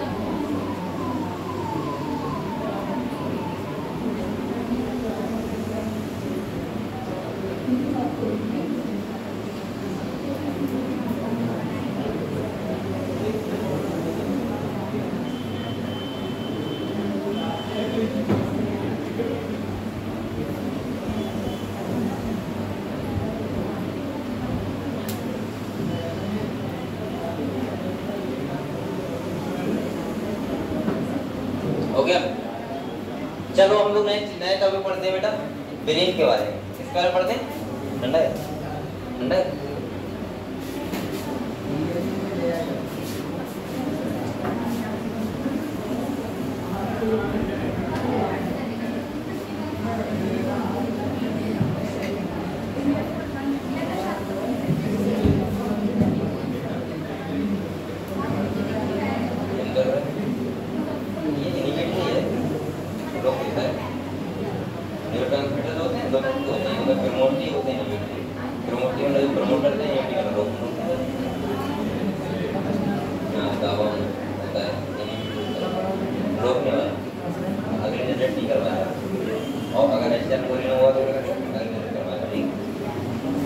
बेटा अब आप थोड़े समझ लो, हम लोग पढ़ रहे हैं सेंट्रल नर्वस सिस्टम के बारे में, यानी कि ब्रेन के बारे में। किसके बारे में?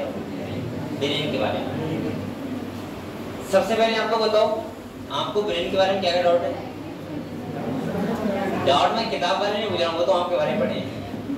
मैं पूछ रहा हूँ कि बच्चे बहुत मानते हैं कि हमारा ब्रेन सपाट है, इधर से सुनते के बाद ऐसे निकल जाती है, ऐसा होता नहीं होता है? या कुछ लोग ऐसे होते हैं कि आईक्यू लेवल नाम सुना होगा, जैसे बोलते हैं इंटेलिजेंस कोएफिशिएंट। आईक्यू लेवल का मतलब होता है कि आप कितनी एज में कितना समझ पा रहे हो। जैसे आपने देखा होगा बहुत ऐसे लोग होते हैं जो 10th में होंगे और उन पे फर्स्ट क्लास का क्वेश्चन नहीं हो पाएगा। आईक्यू निकालते हैं एज को देख के कि आपकी कितनी एज है और उस पर कितना परफॉर्मेंस कर रहे हो, ठीक है। दूसरा, मैंने सुना है एवरेज जो सबसे हाई रहता है वो 100 से प्लस आईक्यू लेवल होता है। जिसका अगर 100 से प्लस है तो ठीक ठाक है। अब ये एक्यूरेट कैसे निकालते हैं मैं आज देखूंगा, ये बात आप दिमाग में आ रही देख लेगा तो आपको बता देता कैसे निकालते हैं। दूसरा सुनो बेटा, दूसरा सुनो, लेकिन एक बात और है, हम लोग एक्यूरेट कैसे निकाल पाएंगे, कैसे पता लगेगा? क्योंकि 12th तुम सब पास आउट करके आओ ना, लेकिन एक्यूरेट सबका रिकॉर्ड सुनना है। अगर यही होगा और लगभग एज भी सब लोगों की सेम ही होगी, लगभग सेम ही होगी, तो उसके लिए तो भाई हम ऐसे नहीं लगा सकते। इसलिए मैंने देखा भी नहीं, अभी तक कोई इंटरेस्ट नहीं आया, कोई मुझे लग रहा था कैसे निकाल पाएंगे हम लोग। लेकिन हाँ, मैं एक अनुमान के साथ बता रहा हूँ। जैसे अगर वो जब 10th में है, अब बात मत करो, और 10th में क्वेश्चन ठीक ठाक समझ पा रहा है, इसका मतलब उसका आईक्यू लेवल ठीक ठाक है। अगर वो जिस क्लास में है उस क्लास के क्वेश्चन को ठीक ठाक समझ पा रहा है, तो इसका मतलब उसका आईक्यू लेवल क्या है, ठीक है। अब दूसरा आप कहोगे सर कैसे हम कंपेयर करेंगे, समझ पा रहे हैं नहीं समझ पा रहे हैं? जैसे सपोज मानो आप 10th में थे और आपको पढ़ाया गया था डाइजेस्टिव सिस्टम, मान लिया, ठीक है, पढ़ाया गया होगा 100%। अगर आपने खाली रटा है उस टाइम पे, रटने का मतलब कि रट लिया कि हाँ कोई चीज आंत होती है, बात खत्म। अब मुझे नहीं मतलब कि आंत मेरे यहाँ होती है या यहाँ होती है, होता नहीं होता है कि आंत होती है, पता नहीं क्या। अगर वो कहते हैं यहाँ होती है तो कहते हाँ यहाँ होती है, जिसने कहते हैं यहाँ होती तो यहाँ होती है। ऐसी बात हो गई ना, जैसे हम कहते हैं कि हार्ट हमारा पीछे होता है, तुम कहते हो हार्ट सर होता है। इसका मतलब आपने रट लिया है कि हमारे अंदर हार्ट होता है, बात खत्म, और आपने उसको समझा नहीं है, तो उसका मतलब आपका आईक्यू लेवल क्या है, वीक है। जैसे बहुत बच्चे कहते हैं कि सर हम 6 में थे तो हमें 10th में समझ में आया कि अच्छा 6 का मैथ ऐसा होता है या साइंस ऐसी होती है। और अगर आपने साइंस को 10th में अच्छा खासा पढ़ लिया, उसका मतलब उसका आईक्यू लेवल बिल्कुल ठीक ठाक है। दूसरी बात सुनो, सबसे ज्यादा ये क्वेश्चन होता है कि सर आईक्यू लेवल कैसे बढ़ाएं, या क्या जब बच्चा पैदा होता है सबका आईक्यू लेवल ठीक ठाक होता है, कैसा होता है? तो बेटा ये बिल्कुल गलत बात है, बिल्कुल सेम तो नहीं होता है, थोड़ा बहुत डिफरेंस तो होता है। लेकिन हाँ, मैं बताऊंगा भी किस बात में डिफरेंस होता है। सबका सेम तो अगर होता तो इसका मतलब ये है कि हर बच्चा भाई बैनर में अगर पढ़ रहा है, मान लिया तो फर्स्ट क्लास से एलकेजी से वो बच्चे साथ साथ ही पढ़ रहे हैं। लेकिन 10th में ऐसा क्यों होता है कि एक बच्चे का 90% हो जाता है, एक का रहता है 60%? कुछ तो आईक्यू लेवल डिफरेंस है, क्योंकि वही टीचर पढ़ा रहे हैं, वही घर वाले सेम होम ट्यूशन में पढ़वा रहे हैं टीचरों से, तो आईक्यू लेवल डिफरेंस है, सेम ब्रेन तो नहीं है। हाँ, वजन सेम हो सकता है, वजन और आईक्यू लेवल डिफरेंस है, ध्यान रखना। वजन सेम होगा लेकिन आईक्यू लेवल डिपेंड करेगा कि उसने कितना अपना इमेजिन किया है चीज़ों को, कितना उसने अपना दिमाग चलाया है। अब चलाने का मतलब एक बात आपको खुद सोचो बेटा, अगर हम लोग बात करते हैं, जैसे सपोज मानो एक ट्रेन ड्राइवर होता है, ट्रेन ड्राइवर क्या, हाँ लोको पायलट ठीक है, तुम्हारी भाषा में लोको पायलट होते हैं, मैं ट्रेन पर ड्राइवर होता हूँ, बात समझ रहे हो? आप लोग बताओ, अगर मैं ट्रेन ड्राइवर के लिए कोई आदमी तैयारी करता है, वो कितने साल करता है पेपर देने के लिए? 3-4 साल। तो कहीं जाके लोको पायलट बनते हैं, वो बहुत कठिन पेपर होता है, निकालना बहुत मुश्किल होता है। मैं गारंटी से कह रहा हूँ, अगर 5 साल किसी को ट्रेन सिखाया जाए तो वो बेस्ट चला लेगा, उससे इसने पेपर देके आया है। भाई आप लोग बताओ, ट्रैक्टर चलाने के लिए कोई टेस्ट होता है क्या? ऐसे से ट्रैक्टर बाज दिखा दूंगा ना, जो आप लोग देख के बताओ ट्रैक्टर लेके कैसे जा रहा है, इतने गैप से निकाल देते हैं ट्रैक्टर ड्राइवर। क्या? और सुनो, उनका तो कोई पेपर नहीं होता। तो अब बात क्या आती है, पेपर क्यों हो रहा है बेटा? आप लोग अपने बात कर रहे हैं, तुम लोग अपनी बात कर रहे हो, बात करो, मैं कंफ्यूज हो रहा हूँ।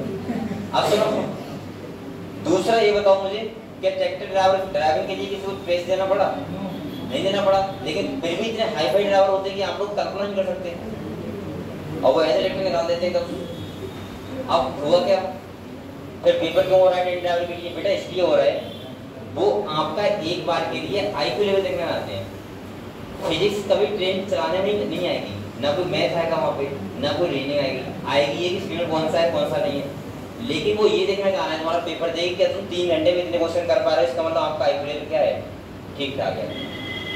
मैं 100% बता रहा हूँ, एक एमबीबीएस डॉक्टर होता है, हॉस्पिटल जो होता है हॉस्पिटल, उसमें बेटा, अब मैं ये तो नहीं कहूँगा कि डॉक्टर से ज़्यादा कंपाउंडर क्या होता है, लेकिन मैं ये बोल दूंगा साफ साफ, अगर कोई अच्छा कंपाउंडर है 5 साल प्रैक्टिस किया हुआ, तो उसे बिल्कुल डॉक्टर की नॉलेज होती है, 1% नॉलेज कम नहीं होती, खाली बस डिफरेंस किसका रहता है, डिग्री का।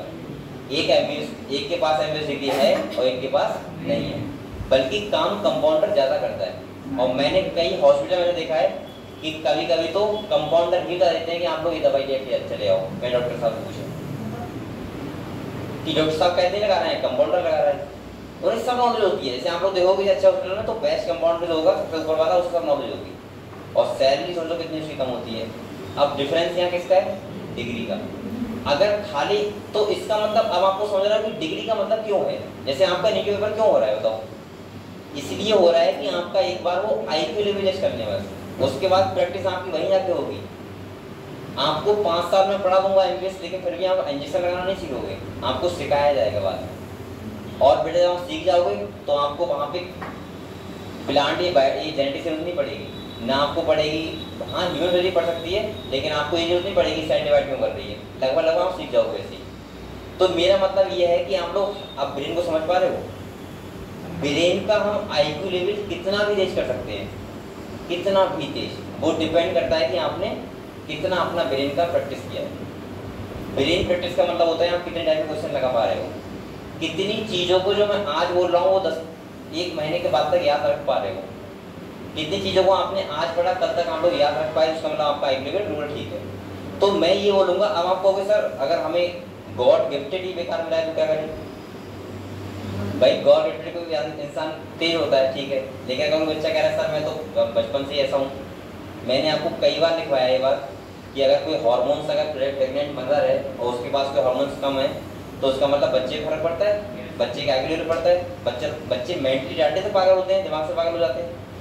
तो इसका थोड़ा बहुत तो इफेक्ट पड़ता है, लेकिन अगर छोटे से बच्चे को प्रैक्टिस करवाई जाए तो उसका आईक्यू लेवल अच्छा खासा हो सकता है। लेकिन कुछ बातें होती है, जैसे मैं आपको बताऊंगा अगले जाके क्या क्या बातें होती हैं कि आईक्यू लेवल को लेकर हम क्या क्या बातें करते हैं, कैसे बढ़ा सकते हैं। अब मेरे हाथ में नहीं कि भाई इंजेक्शन लगाऊंगा बढ़ जाएगा, वो हम ऐसे बोल सकते हैं, जैसे मैंने आपको बताया था आईक्यू लेवल डायरेक्टली होता है अमाउंट ऑफ ग्रे मैटर, हमारे ब्रेन में ग्रे मैटर का अमाउंट कितना है, इस बात पे डिपेंड करता है हमारा आईक्यू लेवल। दूसरा फोल्डिंग, आपको शरीर वाला पार्ट होता है उसमें जितनी ज़्यादा फोल्डिंग होंगी उतना ही आपका आईक्यू लेवल क्या होगा, ज़्यादा होगा। ये बात बिल्कुल नहीं बैठती है, अगर किसी का सपाट है उसका मतलब उसका आईक्यू लेवल क्या होगा, कम होगा, ठीक है। ये बात मैं वैसे बता रहा हूँ, बच्चे कहते नहीं तुम्हारा दिमाग, हमारा दिमाग सपाट है, सपाट हाथ तो इसका मतलब कमी है, ठीक है। अब ये कुछ आपको समझे ब्रेन के बारे में। दूसरा बेटा ब्रेन अगर मैं बात करूं तो आपके बॉडी का सबसे इंपॉर्टेंट पार्ट है हालांकि उससे इम्पोर्टेंट एक चीज़ और है, वो है हमारा हार्ट। लेकिन ब्रेन भी कम इम्पोर्टेंट नहीं है। अगर आपका ब्रेन का एरिया है वो अगर डिस्टर्बेंस हो गया तो आपका हार्ट कितना ही प्रॉपर ब्लड पंपिंग करे, लेकिन क्या फायदा फिर, है ना। और मैंने साफ साफ बोला है, अगर कोई कोमा में पेशेंट है तो वो कैसा होता है, एज लाइक नॉन लिविंग। कोई अगर समझ नहीं पा रहा है, अब ये मत सोचना कि सर वो मूवी में दिखाते हैं कोमा में जाने के बाद फिर वापस आता है, तो ये कोई स्टोरी होती है, सच्चाई कुछ नहीं होती है। जो लगभग बेचारे कोमा में जाते हैं उनसे पूछो क्या हाल है, ठीक है।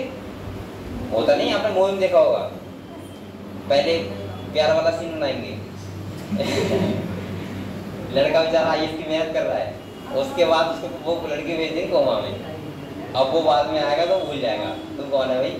तो ये सब मूवी की स्टोरी होती है, लेकिन वैसा नहीं होता है, पढ़ना पड़ेगा। तो यहाँ देखो, अगर हम ब्रेन की बात करें तो हम ब्रेन स्टार्ट करते हैं, थोड़ा समझते भी ब्रेन के बारे में। आपको पता है ब्रेन हमारे सबसे सेवेस्ट कवरिंग में रखा हुआ है, इसे बोलते हैं क्रेनियम। क्या बोलते हैं? जो क्रेनियम होता है वो टोटल 8 बोन से मिलकर बना होता है। मैंने आपको बताया था फ्रंटल, पैराइटल, टेम्पोरल, ऑस्पिटल और इथमॉइड और स्फेनॉइड, पता होगा आपको।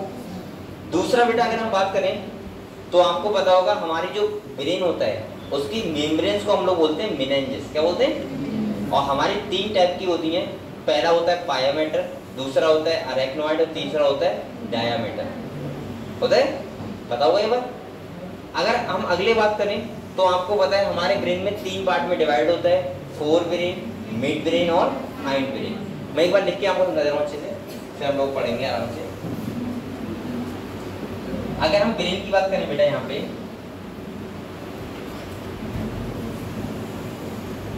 तो आपको पता है इसकी कवरिंग क्या होती है, क्रेनियम में रखा हुआ है यहाँ पे, ये ब्रेन है हमारा और पूरा कंट्रोल कर रहा है हमारी बॉडी को, है ना। मेन एरिया है हमारे पूरी बॉडी को कंट्रोल करने का। अगर ब्रेन की हम लोग बात करें तो 3 पार्ट में डिवाइड होता है। कितने पार्ट में? 3 पार्ट में। बेटा आपको बोलो मत खाली बस। पहला जो होता है उसे बोलते हैं फोर ब्रेन।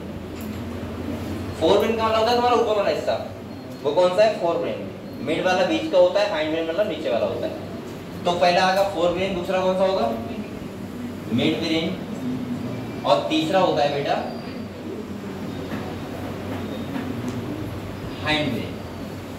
फोर ब्रेन में तुम्हारे कौन कौन से पार्ट होते हैं? 3 पार्ट होते हैं, जिसमें तुम्हारा पहला होता है सेरिब्रम। क्या होता है बच्चों? सेरिब्रम तुम्हारा ये सामने वाला एरिया है, जो मैं कह रहा था फोल्डिंग वाला सबसे बड़ा पार्ट, वो क्या है? सेरिब्रम। दूसरा होता है थैलेमस। क्या होता है? और तीसरा होता है हाइपोथैलेमस। ठीक है, ये होता है लार्जेस्ट पार्ट ऑफ ब्रेन। ये तो डिपेंड करता है कि आपके अंदर कितना आईक्यू लेवल है। Largest part of brain. अगर मिड ब्रेन की बात करें तो बेटा ये ब्रेन का कोई पार्ट का हिस्सा तो नहीं होता है, ये मैं ऐसे बोल सकता हूँ फोर ब्रेन और मिड ब्रेन को जोड़ता है, वो सॉरी फोर ब्रेन और हाइंड ब्रेन को जोड़ता है। लेकिन यहाँ 2 पेयर ऑप्टिक लोब होते हैं। क्या होते हैं? 2 पेयर ऑप्टिक लोब। तो मैं बोल सकता हूँ यहाँ पे होते हैं 2 पेयर ऑप्टिक लोब, जिन्हें हम लोग नाम से बोलते हैं कॉर्पोरा क्वाड्रिजेमिना। और मैं ऐसे बोल सकता हूँ कि हमारे मिड ब्रेन से नीचे से इम्पल्स, जैसे हमारी नर्व जा रही है, ब्लड वेसल्स जा रही है, नीचे होकर जा रही हैं। और हाइंड ब्रेन में 3 पार्ट होते हैं तुम्हारा। कौन कौन से होते हैं बताओ? पहला होता है सेरिबेलम, दूसरा होता है पोन्स, और तीसरा होता है मेडुला। और आपको पता होगा इसके बाद मेडुला से क्या निकलती है बाद में? स्पाइनल कॉर्ड निकलती है, यानी कि मेडुला वाला रीजन होता है जहाँ से हमारी स्पाइनल कॉर्ड स्टार्ट हो जाती है। ठीक है, तो ये आपको लोग ब्रेन के पार्ट समझ गए कौन कौन से? लिख रहे क्या? देखो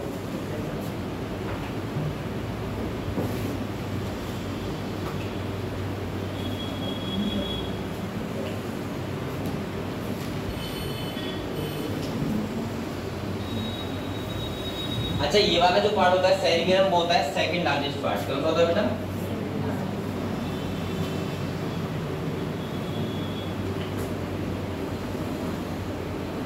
सेकंड लार्जेस्ट पार्ट। ठीक है,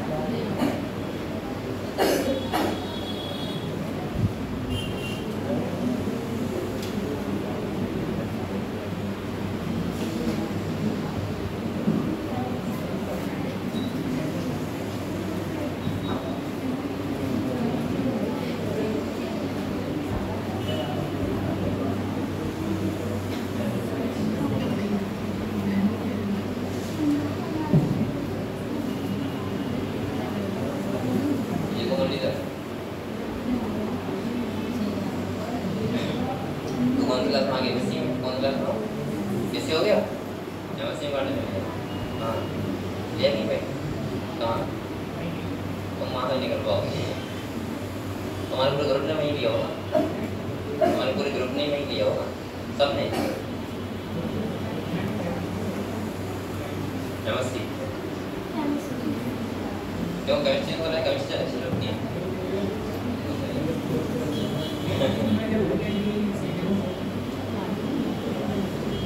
आप लोग इधर ही मेहनत कर लो, फिर केमिस्ट्री वाले जी में उस फील्ड में चले गए ना आप लोग, ये एमएससी वाले चक्कर में पड़ जाओगे। पीजीडी का पेपर आएगा और वो भी 10 साल में पेपर होगा, 10 बार एग्जाम में इधर उधर होगी। अभी भी नहीं होगा, फिर हट गई काफी छोटी है। तो इसीलिए मैं कह रहा हूँ बेटा इधर ही मेहनत कर लो आप लोग, डॉक्टर बन जाओ हैं, पर जिंदगी भर ऐसे करते रहो ताकि। और आजकल मुझे ऐसा लगता है बेटा आप लोग इधर तो हड़बड़ा कैसे रहे हो? मैं बता रहा है क्या? शांति से बैठो, कहीं बैग इधर कहीं उधर, शांति से बैठो, सुना रहा हूँ। अच्छा ठीक है। कभी कभी ऐसा होता है ना, बहुत लोग जो मैंने पहले के लोग सुने हैं ना, वो कहते हुए पता क्या सुने हैं कि हमें कोई गाइड करने वाला नहीं था। मैंने बहुत लोग ऐसे सुने कहते हुए। पहली बात तो गाइड वाइड करने वाले सबसे, लेकिन वो पहले रैप नहीं उसमें, इसमें क्या बोलते हैं हिंदी में तुम्हारी भाषा में? मैं ये कह रहा हूँ मैंने बहुत लोग ऐसे देखे हैं, 90% बोलूँगा, जो ये कहते हैं कि हमें कोई गाइड करने वाला नहीं था, मतलब कोई गाइडेंस देने वाला नहीं था। हो सकता है एक कारण ये भी बहुत बच्चों का रहा हो कि पापा उनके एजुकेट ना हो, और पापा ऐसा होता है बच्चों से पूछते हैं बेटा क्या करोगे, तो बच्चे तो यही कहते हैं बेइज्जती करेंगे। उन्हें पता है बेइज्जती में क्या होता है, मतलब मजा आता है जाना स्कूल, और एक्चुअली होता कुछ नहीं उससे। एक और दूसरा क्या होता है, कुछ लोग ऐसे होते हैं थोड़े से, अगर वो आईएएस वो काबिल किसके हैं? रेलवे लाइन, लेकिन तैयारी किसी कर रहे हैं? आईएएस की। मैंने एक आदमी को ऐसा एग्जांपल बताऊंगा नहीं आपको, क्योंकि मैंने देखा है वो अच्छे से, उसे प्रॉपर गवर्नमेंट जॉब मिलनी थी, वो अच्छी वाली। जैसे आपने लेखपाल वीडियोग्राम सुने होंगे, ये छोटी पोस्ट नहीं होती है, तैयारी करो पता लगेगा। सुना है हो रहा है नहीं, मैं तो डीएम बनूंगा, मैं करूंगा ज्वाइनिंग। और आज उनकी कंडीशन बता रहा हूँ, कहते मैं नहीं कर रहा हूँ, लगभग लोगों की कंडीशन हो जाती है, इसलिए मैं कह रहा हूँ आपको गाइड करने वाले तो पहली बात तो बहुत लोग हैं। आप लोग धोखा मत खाना अपनी लाइफ को लेके, फ्यूचर में क्या करना है, क्योंकि आप तो आज के दिन साधन है, मोबाइल पे देख लो, यूट्यूब पे देख लो। दूसरा आपके टीचर्स ऐसे हैं, आपसे हमेशा बात करते रहते हैं, उनसे पूछो। और ये है क्योंकि आपका बहुत बर्डन पे चल रहा है, इस टाइम पे अगर आपने थोड़ा मेहनत कर लिया तो आप बहुत आगे चले जाओगे। और उस व्यक्ति की मैं हालत बता रहा हूँ, आईएएस भी नहीं कर पाए, उसके बाद ना तो लेखपाल निकाल पाए कभी, ना वीडियो निकाल पाए, आखिर में रेलवे की तैयारी की, कोई एग्जाम नहीं निकाल पाए। बेटा एक एज तक पढ़ाई होती है, उसके बाद पता क्या होता है, आपके मन नहीं करेगा, आपको लगेगा यार क्या करूँगा, और पागल से बताया नहीं, पागल सा उसे याद सब होगा लेकिन पेपर नहीं कर पाएगा। और उनकी आज कंडीशन ये है कि घर पे रह के वो खेती कर रहे हैं, और उनके पापा ने जमीन तक बेच दी अपने बच्चों को पढ़ाने के लिए, और बच्चा आगे खेती करे, ऐसे माँ बाप कैसे सहन कर सकते हैं इस बात को। और जिस आदमी को लेखपाल की जॉब मिल रही हो, उसने रिजाइन किया हो उससे, तो इसीलिए मैं कह रहा हूँ आप लोग बहुत समझदार हो, मुझे पता है। आप लोग अभी अपने टाइम को इतना अच्छे से स्पेंड करो कि अगर आपने 4-5 साल बहुत मेहनत कर दी है, इन 4-5 साल में आप लोग बिल्कुल सैटिस्फाइड बना या फिर कुछ चीज़ होती नहीं है बच्चों के अंदर, वो भूल जाओ और बहुत मन लगा के पढ़ाई कर लो बस। अगर आपको कोई चीज़ गाइडेंस लेना है, सर यहाँ पे इतने लोग हैं, टीचर्स हैं, तो आपके दोस्त हैं, उनसे पूछो, बातें बताएं क्यों नहीं, क्योंकि हम लोग भी इसी फील्ड से आए हैं। दूसरा क्या है, लेकिन आप लोग अपने टाइम को बहुत अच्छे से स्पेंड करो, वरना अगर ये टाइम निकल गया ना तो आप लोग दो ही बात बोलोगे, एक तो बोलोगे बेरोजगारी बहुत है, और दूसरी बात पता क्या बोलोगे, दूसरी बात बोलोगे कि मेरे भाग्य में नहीं है, फिर मेरे गाइडेंस मुझे अच्छे आदमी दी नहीं। क्योंकि दो बातों के अलावा आपके पास सवाल में कुछ नहीं होता। तीसरा सवाल ये होता है बेटा शादी करोगे तो हाँ ही करनी पड़ेगी, ठीक है। इसीलिए कह रहा हूँ अभी आपको टाइम है, अच्छे से मेहनत करो और पढ़ाई करो, ठीक है। हम लोग मिलते हैं 2 दिन बाद, और 2 दिन बाद ही मिलेंगे। चलो आपको 30 है, हाँ ठीक है, चलो फिर ठीक है, पढ़ाई करते हैं।